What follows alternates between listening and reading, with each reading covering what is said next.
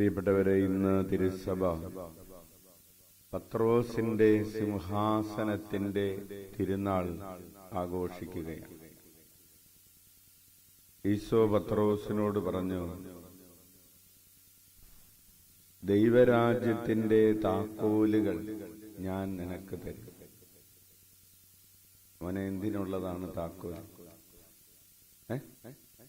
Door തുറക്കാൻ. Very good, നമുക്ക് കൈയടിച്ച് ഡോറ് തുറക്കും. പിന്നെ എന്തിനുള്ളതാണ് താക്കോൽ? ഡോറ് തുറക്കാൻ മാത്രമാണ് താക്കോൽ. അടക്കാനും കൂടിയുള്ള. കൈയടിച്ച് കർത്താവിന്. അപ്പോൾ അടക്കാനും തുറക്കാനുമുള്ളതാണ് താക്കോൽ. നമുക്കറിയാം, ദൈവരാജ്യത്തിന്റെ വാതിൽ എവിടെയാണുള്ളത്? സ്വർഗത്തിൽ.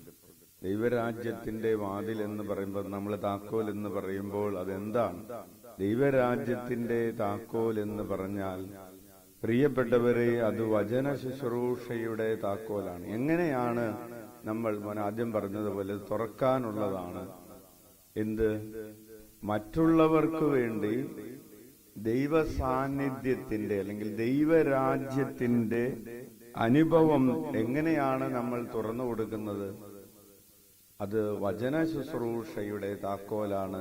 പത്രോസിനെ ഏൽപ്പിക്കുകയാണ്, നീ എല്ലാവരോടും വചനം പ്രഘോഷിക്കുകയും മറ്റുള്ളവർക്ക് ദൈവരാജ്യത്തെക്കുറിച്ച് അറിവ് കൊടുക്കുകയും ചെയ്യുക.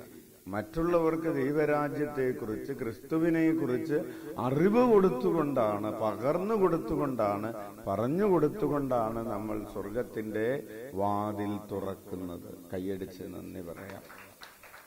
അപ്പോൾ സ്വർഗത്തിന്റെ വാതിൽ തുറക്കുക എന്നത് ആരുടെ ദൗത്യമാണ്? സഭയുടെ ദൗത്യമാണ്.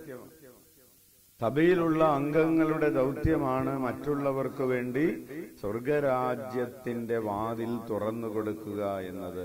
ക്രിസ്തുവിനെ കുറിച്ചുള്ള അറിവിലൂടെയാണ്, വചനത്തെക്കുറിച്ചുള്ള, സുവിശേഷത്തെക്കുറിച്ചുള്ള അറിവിലൂടെയാണ് മറ്റുള്ളവർക്ക് സ്വർഗത്തിന്റെ വാതിൽ തുറന്നു കിട്ടുന്നത്. കൈയടിച്ച് നന്ദി പറയാം.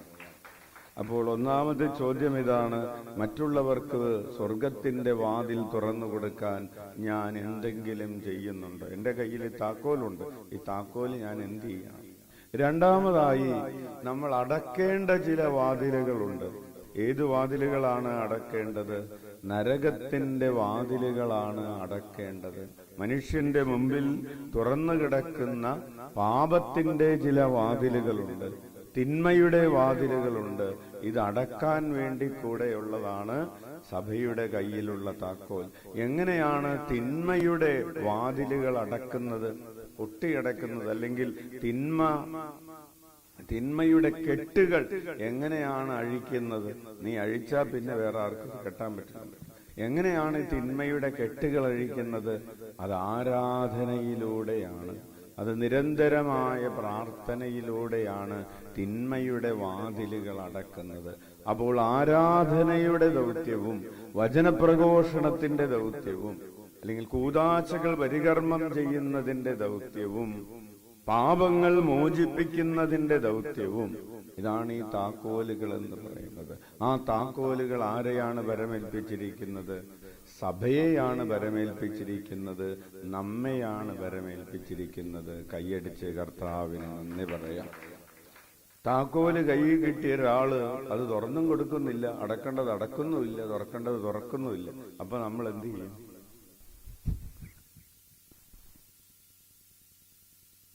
ഹാലേലൂയ. ഒരാളുടെ കയ്യിൽ താക്കോൽ കൊടുത്തു, അയാളോട് തുറക്കാൻ പറഞ്ഞിട്ട് അയാൾ തുറക്കുന്നുമില്ല, അടക്കാൻ പറഞ്ഞിട്ട് അയാൾ അടക്കുന്നു. അതാരാണത്? നമ്മളാണ്.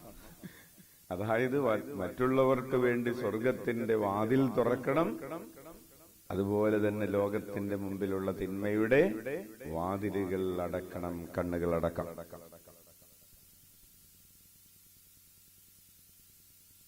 നമുക്ക് തിരുസഭയ്ക്ക് വേണ്ടി പ്രാർത്ഥിക്കാം. വളരെ പ്രത്യേകമായി സാഹചര്യത്തിൽ പരിശുദ്ധ പിതാവിന് വേണ്ടി പ്രാർത്ഥിക്കാം.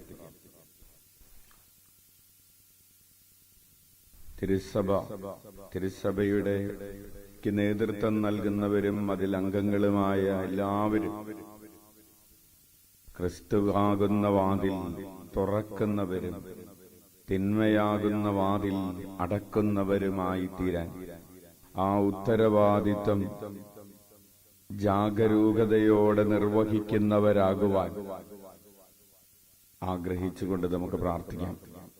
നമുക്ക് ഈ വലിയ ദൗത്യത്തിൽ വന്നുപോയ കാര്യമായ വീഴ്ചകൾ, ഈ ദൗത്യ നിർവഹണത്തിൽ വന്നുപോയ അലസതകൾ, മന്ദതകൾ, മാന്യങ്ങൾ നമുക്ക് ഓർക്കുകയും അനുദപിക്കുകയും ചെയ്ത് കരങ്ങളുയർത്തി 21 പ്രാവശ്യം യേശുനാമം വിളിച്ച് നമ്മുടെ പാപങ്ങൾക്ക് പരിഹാരം ചെയ്യാം. ഈശോയേ